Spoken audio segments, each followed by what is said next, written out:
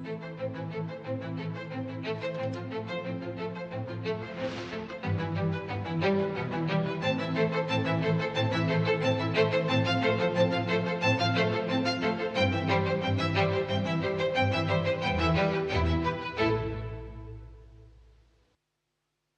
प्यारे देशवासियों, नमस्कार।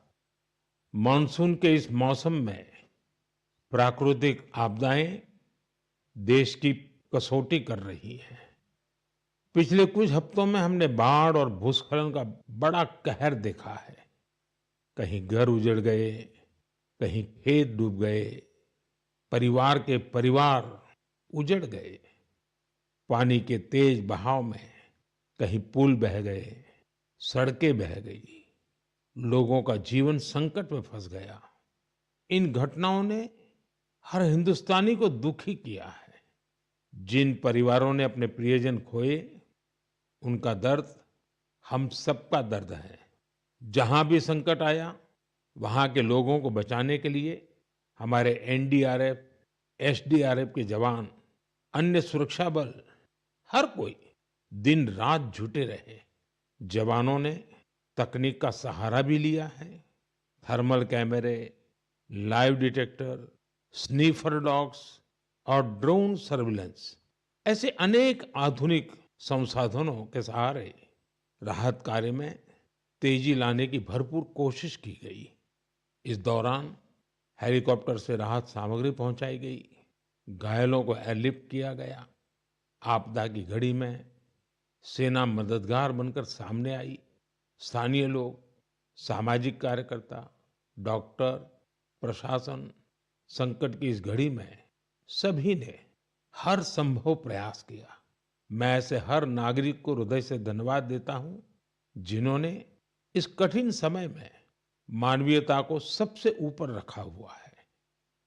मेरे प्यारे देशवासियों, बाढ़ और बारिश की इस तबाही के बीच जम्मू कश्मीर ने दो बहुत खास उपलब्धियां भी हासिल की हैं।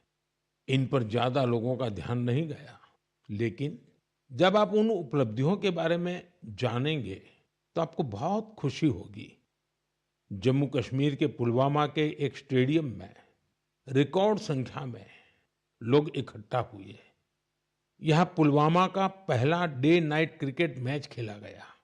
पहले ये होना असंभव था, लेकिन अब मेरा देश बदल रहा है। ये मैच रॉयल प्रीमियर लीग का हिस्सा है, जिसमें जम्मू कश्मीर की अलग अलग टीमें खेल रही हैं। इतने सारे लोग, खासकर युवा, पुलवामा में रात के समय हजारों की तादाद में क्रिकेट का आनंद लेते हुए, ये नजारा वाकई देखने लायक था। साथियों, दूसरा आयोजन जिसने ध्यान खींचा वो है देश में हुआ पहला खेलो इंडिया वाटर स्पोर्ट्स फेस्टिवल, और वो भी श्रीनगर की डल झील पर हुआ। सचमुच ऐसा उत्सव आयोजित करने के लिए ये कितनी खास जगह है। इसका उद्देश्य है जम्मू कश्मीर में वाटर स्पोर्ट्स को और लोकप्रिय बनाना। इसमें पूरे भारत से 800 से अधिक एथलीट्स ने हिस्सा लिया। महिला एथलीट्स भी पीछे नहीं रही, उनकी भागीदारी भी लगभग पुरुषों के बराबर थी। मैं उन सभी खिलाड़ियों को बधाई देना चाहता हूं जिन्होंने इसमें भाग लिया। विशेष बधाई मध्य प्रदेश को, जिसने सबसे ज्यादा मेडल जीते। उसके बाद हरियाणा और उड़ीसा का स्थान रहा। जम्मू कश्मीर की सरकार और वहां की जनता की आत्मीयता और मेहमान नवाजी की मैं भूरी भूरी प्रशंसा करता हूं। साथियों, इस आयोजन से जुड़े अनुभव को आप तक पहुंचाने के लिए मैंने सोचा है कि ऐसे दो खिलाड़ियों से भी बात करूं जिन्होंने इसमें हिस्सा लिया। उनमें से एक है ओडिशा की रश्मिता साहू और दूसरे हैं श्रीनगर के मोहसिन अली। आइए सुनते हैं वो क्या कहते हैं। रश्मिता जी, नमस्ते। नमस्ते सर। जय जगन्नाथ। जय जगन्नाथ सर। रश्मिता जी, सबसे पहले तो आपको खेल जगत में सफलता के लिए बहुत बहुत बधाई। Thank you sir. रश्मिता, हमारे श्रोता आपके बारे में और आपकी खेल यात्रा के बारे में जानने के लिए बहुत उत्सुक है। मैं भी बहुत उत्सुक हूँ। बताइए। सर मैं रश्मिता साहू हूँ, उड़ीसा से। और मैं कैनोइंग प्लेयर हूँ। मैं 2017 से कोर्स ज्वाइन किया था, कैनोइंग शुरू किया था। और मैं नेशनल लेवल में नेशनल चैंपियनशिप और नेशनल गेम्स में पार्टिसिपेट किया हूँ। मेरा 41 मेडल्स है, 13 गोल्ड, 14 सिल्वर और 14 ब्रॉन्ज मेडल सर। इस खेल की रुचि कैसे बनी?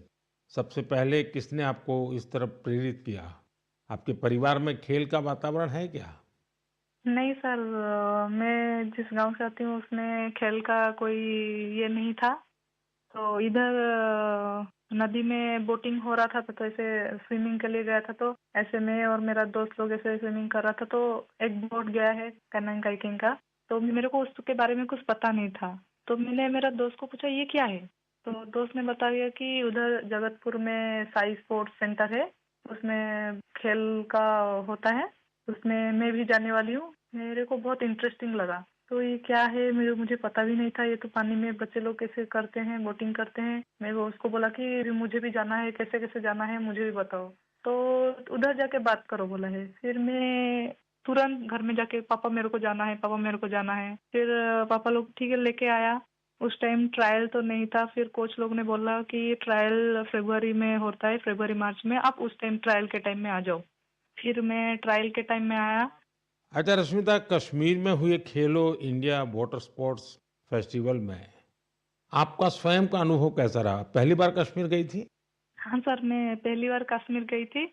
हम लोग को उधर खेलो इंडिया, फर्स्ट खेलो इंडिया वाटर स्पोर्ट्स फेस्टिवल आयोजित किया गया था। उसमें मेरा 2 इवेंट था, सिंगल 200 मीटर और 500 मीटर डबल में। और मैं दोनों में गोल्ड मेडल हासिल किया हूँ सर। अरे वाह, दोनों में ले आई हो। Yes sir. बहुत बहुत बधाई। Thank you sir. अच्छा रश्मिता, वाटर स्पोर्ट्स के अलावा आपकी क्या हॉबीज हैं? सर वाटर स्पोर्ट्स के अलावा सर मेरे को स्पोर्ट्स में मेरे को रनिंग बहुत अच्छा लगता है। जब भी मैं छुट्टी में जाती हूँ तब मैं रनिंग के लिए जाती हूँ। मेरा जो पुराना फील्ड है उधर मैं पहले थोड़ा सा फुटबॉल खेलना सीखी थी, तो उधर जब भी जाती थी मैं बहुत रनिंग करती हूँ।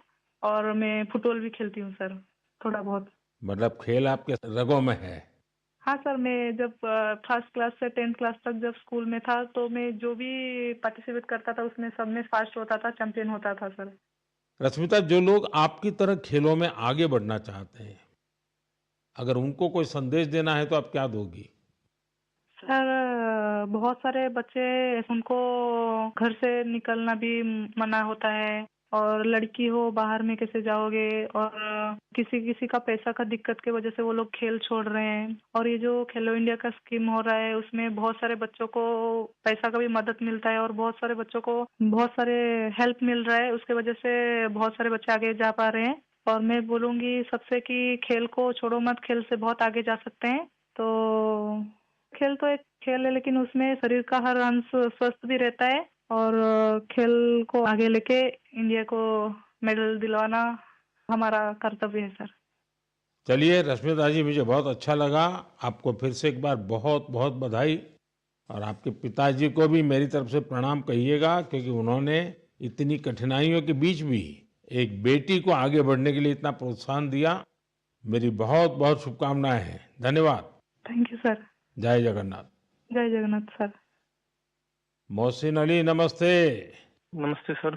मोहसिन जी, आपको बहुत बहुत बधाई और आपके उज्जवल भविष्य के लिए बहुत बहुत शुभकामनाएं। Thank you sir. मोहसिन, आपने पहले खेलो इंडिया वाटर स्पोर्ट्स इसका फेस्टिवल, और उसमें भी सबसे पहला गोल्ड मेडल जीतने वाले आपको कैसा लगा? सर बहुत ही खुश हूँ मैं। मैंने गोल्ड मेडल जीता है खेलो इंडिया में, जो पहली बार हुआ है यहाँ पर कश्मीर में।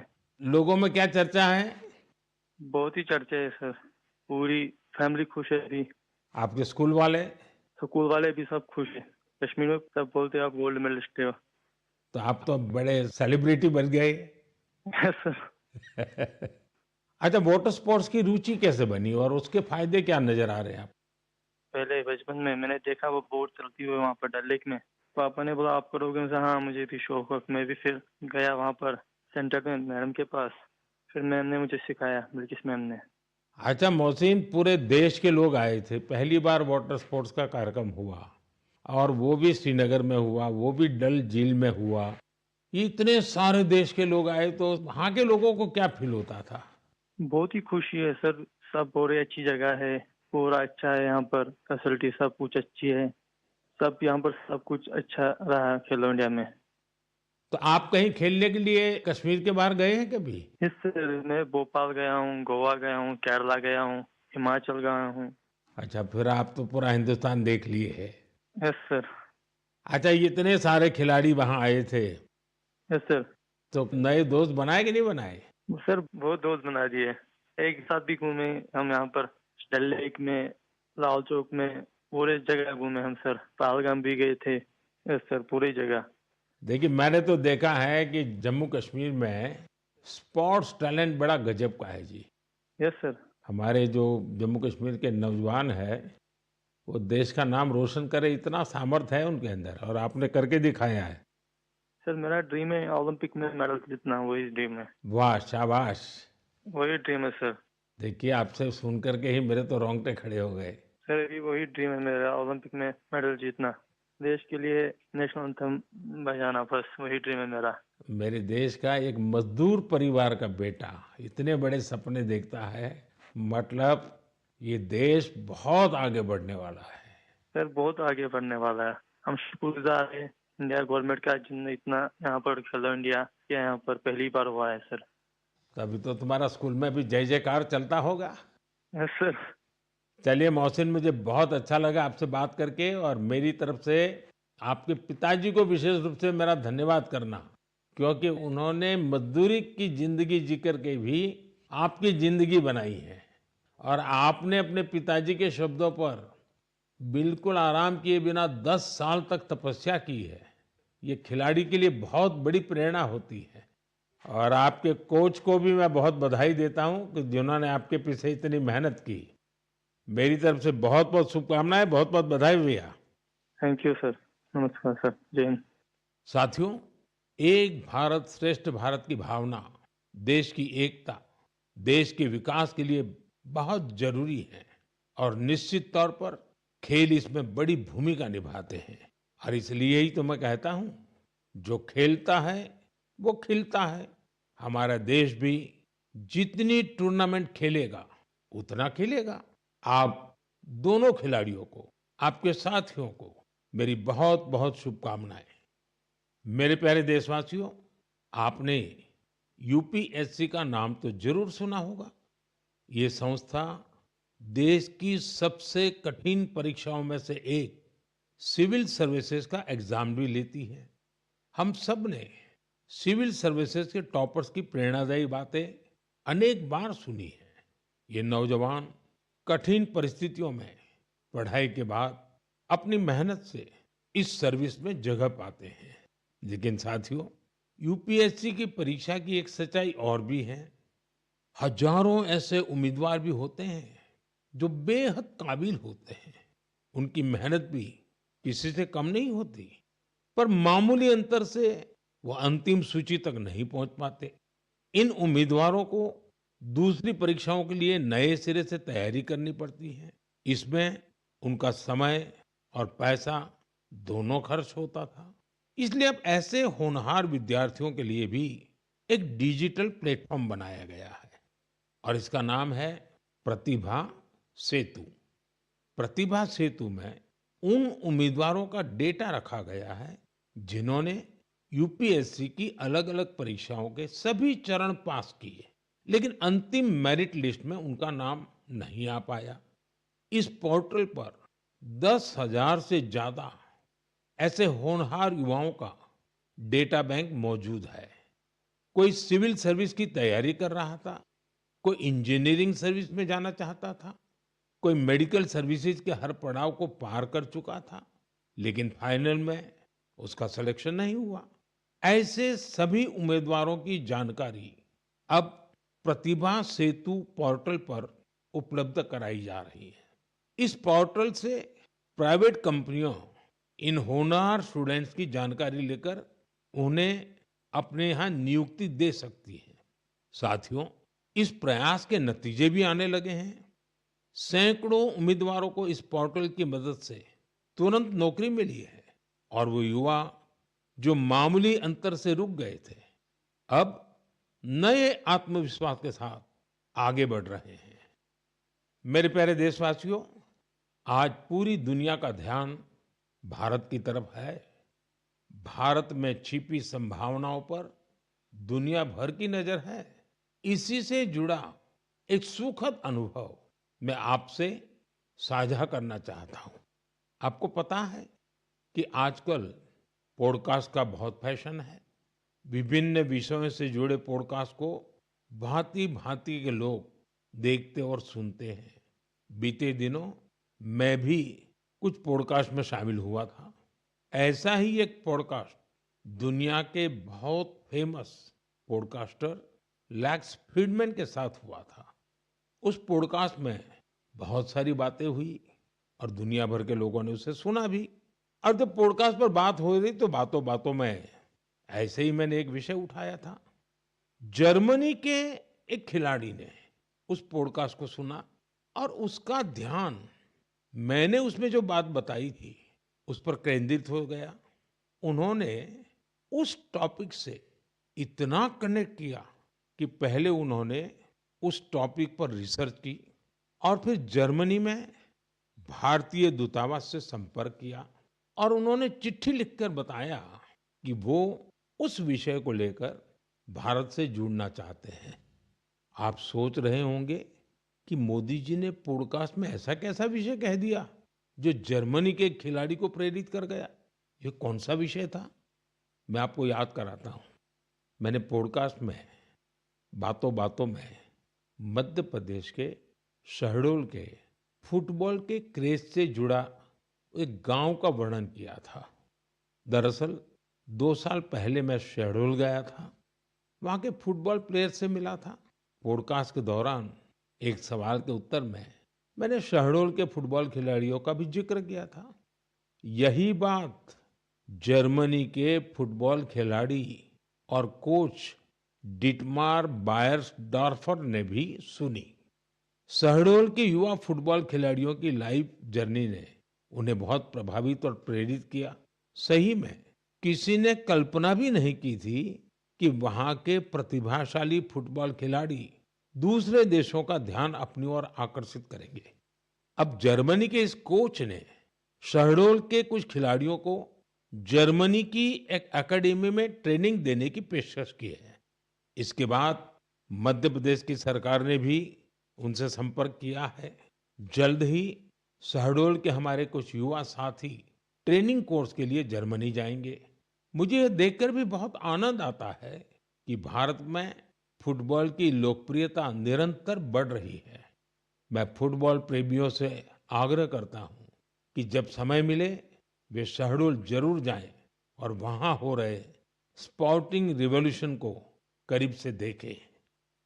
मेरे प्यारे देशवासियों, सूरत में रहने वाले जितेंद्र सिंह राठौड़ के बारे में जानकर आपको बहुत सुखद एहसास होगा। मन गर्व से भर जाएगा। जितेंद्र सिंह राठौड़ एक सिक्योरिटी गार्ड है और उन्होंने एक ऐसी अद्भुत पहल की है जो हर देशभक्त के लिए बहुत बड़ी प्रेरणा है। पिछले कुछ वर्षों से वो उन सभी जवानों के बारे में जानकारियां जुटा रहे हैं जिन्होंने भारत माता की रक्षा में अपने प्राण न्योछावर किए हैं। आज उनके पास प्रथम विश्व युद्ध से लेकर अब तक शहीद हुए हजारों वीर जवानों के बारे में जानकारियां मौजूद है।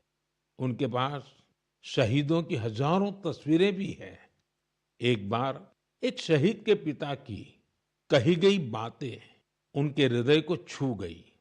शहीद के पिता ने कहा था, बेटा गया तो क्या हुआ, वतन तो सलामत है ना। इस एक बात ने जितेंद्र सिंह जी के मन में देशभक्ति का एक अद्भुत जुनून भर दिया। आज वो कई शहीदों के परिवारों के संपर्क में है। उन्होंने करीब 2,500 शहीदों के माता पिता के चरणों की मिट्टी भी अपने पास लाकर रखी है। ये सशस्त्र बलों के प्रति उनके गहरे प्रेम और जुड़ाव का जीवंत उदाहरण है। जितेंद्र जी का जीवन हमें देशभक्ति की वास्तविक सीख देता है। मेरे प्यारे देशवासियों, आजकल आपने देखा होगा, अक्सर घर की छतों पर, बड़ी इमारतों पर, सरकारी दफ्तरों में सोलर पैनल चमकते हुए दिखाई देते हैं। लोग अब इसके महत्व को समझ रहे हैं और खुले मन से अपना रहे हैं। हमारे देश पर सूर्यदेव की इतनी कृपा है, तो क्यों न उनकी दी हुई उस ऊर्जा का पूरा उपयोग करें। साथियों, सोलर पावर से किसानों की जिंदगी भी बदल रही है। वही खेत, वही मेहनत, वही किसान, लेकिन अब मेहनत का फल कहीं ज्यादा है। ये बदलाव आ रहा है सोलर पंप से और सोलर राइस मिल से। आज देश के कई राज्यों में सैकड़ों सोलर राइस मिल लग चुकी है। इन सोलर राइस मिलों ने किसानों की आय के साथ ही उनके चेहरे की रौनक भी बढ़ा दी है। साथियों, बिहार की देवकी जी ने सोलर पंप से गांव की किस्मत बदल दी है। मुजफ्फरपुर के रतनपुरा गांव के रहने वाली देवकी जी को लोग अब प्यार से सोलर दीदी कहते हैं। देवकी जी, उनका जीवन आसान नहीं था। कम उम्र में शादी हो गई, छोटा सा खेत, 4 बच्चों की जिम्मेदारी और भविष्य की कोई साफ तस्वीर नहीं। लेकिन उनका हौसला कभी टूटा नहीं। वो एक सेल्फ हेल्प ग्रुप से जुड़ी और वहीं उन्हें सोलर पंप के बारे में जानकारी मिली। उन्होंने सोलर पंप के लिए प्रयास शुरू किए और उसमें सफल भी रही। सोलर दीदी के सोलर पंप ने इसके बाद जैसे गांव की तस्वीर ही बदल दी। जहां पहले कुछ एकड़ में जमीन की सिंचाई हो पाती थी, अब सोलर दीदी के सोलर पंप से 40 एकड़ से ज्यादा क्षेत्र में पानी पहुंच रहा है। सोलर दीदी के इस अभियान में गांव के दूसरे किसान भी जुड़ गए हैं। उनकी फसलें हरी भरी होने लगी हैं, आमदनी बढ़ने लगी। साथियों, पहले देवकी जी की जिंदगी 4 दीवारी के भीतर सिमटी हुई थी, लेकिन आज वो पूरे आत्मविश्वास से अपना काम कर रही है। सोलर दीदी बनकर पैसे कमा रही है और सबसे दिलचस्प बात की, वो क्षेत्र के किसानों से यूपीआई के जरिए पेमेंट लेती है। अब पूरे गांव में उन्हें बहुत सम्मान से देखा जाता है।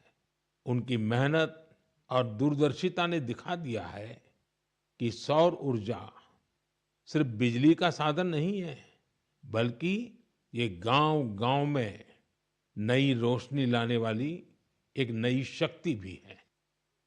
मेरे प्यारे देशवासियों, 15 सितंबर को भारत के महान इंजीनियर मोक्षगुंडम विश्वेश्वरैया जी का जन्मदिन होता है। उस दिन को हम इंजीनियर्स डे के रूप में मनाते हैं। इंजीनियर सिर्फ मशीन नहीं बनाते, वे सपनों को हकीकत में बदल देने वाले कर्मयोगी होते हैं। मैं भारत के हर इंजीनियर की सराहना करता हूं, उन्हें अपनी शुभकामनाएं देता हूं। साथियों, सितंबर में ही भगवान विश्वकर्मा की पूजा का पवित्र अवसर भी आने वाला है। 17 सितंबर को विश्वकर्मा जयंती है। ये दिन हमारे उन विश्वकर्मा बंधुओं को भी समर्पित है जो पारंपरिक शिल्प, कौशल और ज्ञान विज्ञान को अनवरत एक पीढ़ी से दूसरी पीढ़ी तक पहुंचा रहे हैं। हमारे सुतार, लोहार, सोनार, कुम्हार, मूर्तिकार, बढ़ई मिस्त्री हमेशा से भारत की समृद्धि की बुनियाद रहे हैं। हमारे इन विश्वकर्मा बंधुओं की मदद के लिए ही सरकार ने विश्वकर्मा योजना भी चलाई है। साथियों, अब मैं आपको एक ऑडियो रिकॉर्डिंग सुनाना चाहता हूं।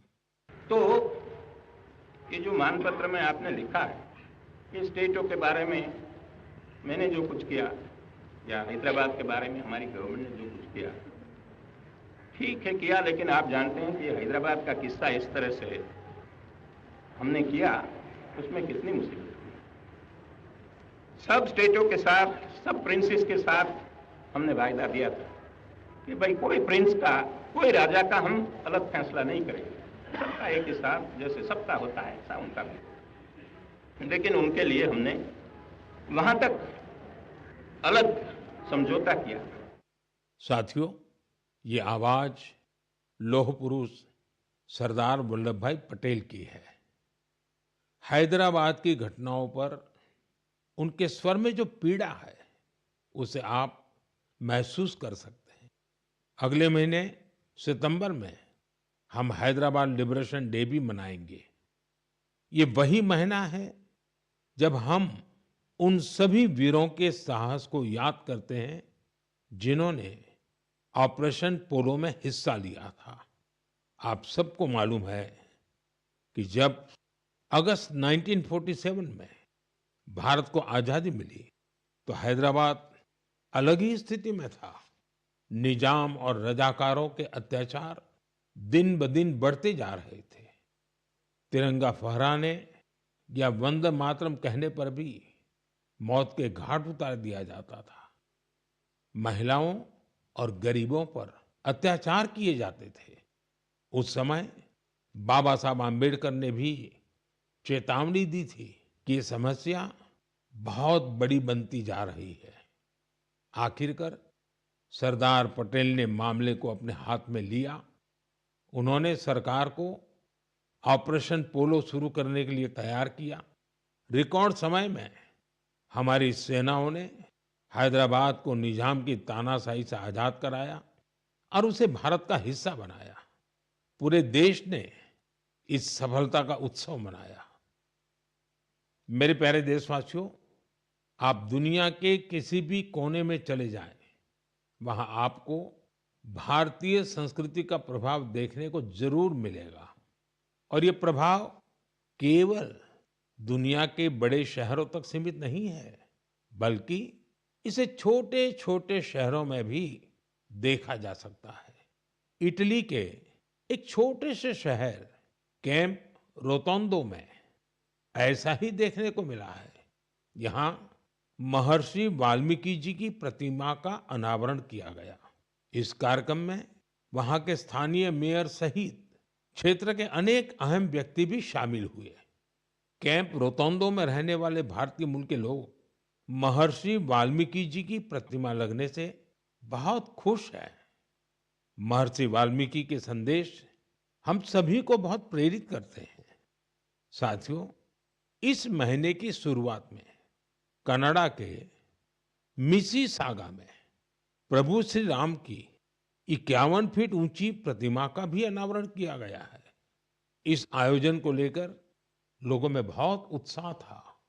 सोशल मीडिया पर प्रभु श्री राम की भव्य प्रतिमा के वीडियोज खूब शेयर किए गए। साथियों, रामायण और भारतीय संस्कृति के प्रति ये प्रेम अब दुनिया के हर कोने में पहुंच रहा है। रूस में एक मशहूर स्थान है व्लादिवोस्तोक। बहुत से लोग इसको ऐसी जगह के रूप में जानते हैं जहां सर्दियों में तापमान -20 से -30 डिग्री सेल्सियस तक गिर जाता है। इस महीने व्लादिवोस्तोक में एक अनूठी प्रदर्शनी लगी। इसमें रूसी बच्चों द्वारा रामायण की अलग अलग थीम पर बनाई गई पेंटिंग्स को भी शोकेस किया गया। यहाँ पर एक कंपटीशन का भी आयोजन हुआ। दुनिया के अलग अलग हिस्सों में भारतीय संस्कृति के प्रति बढ़ती जागरूकता देखकर वाकई बहुत प्रसन्नता होती है। मेरे प्यारे देशवासियों, मन की बात में इस बार इतना ही। इस समय देश भर में गणेश उत्सव की धूम है। आने वाले दिनों में बहुत सारे त्योहारों की रौनक होगी। उन त्योहारों में आपको स्वदेशी की बात कभी भी भूलनी नहीं है। उपहार वही जो भारत में बना हो, पहनावा वही जो भारत में बुना हो, सजावट वही जो भारत में बने सामान से हो, रोशनी वही जो भारत में बनी झालरों से हो, और भी ऐसा बहुत कुछ। जीवन की हर जरूरत में सब कुछ स्वदेशी हो। गर्व से कहो ये स्वदेशी है, गर्व से कहो ये स्वदेशी है, गर्व से कहो ये स्वदेशी है। इस भाव को लेकर हमें आगे चलना है। एक ही मंत्र, वोकल फॉर लोकल, एक ही रास्ता, आत्मनिर्भर भारत, एक ही लक्ष्य, विकसित भारत। साथियों, इन खुशियों के बीच आप सभी स्वच्छता पर जोर देते रहें, क्योंकि जहां स्वच्छता है वहां त्योहारों का आनंद भी और बढ़ जाता है। साथियों, मन की बात के लिए मुझे इसी तरह बड़ी संख्या में अपने संदेश भेजते रहिए। आपका हर सुझाव इस कार्यक्रम के लिए बहुत महत्वपूर्ण है। अपना फीडबैक मुझ तक जरूर पहुंचाते रहें। अगली बार जब हम मिलेंगे तो और भी नए विषयों की चर्चा होगी। बहुत बहुत धन्यवाद। नमस्कार।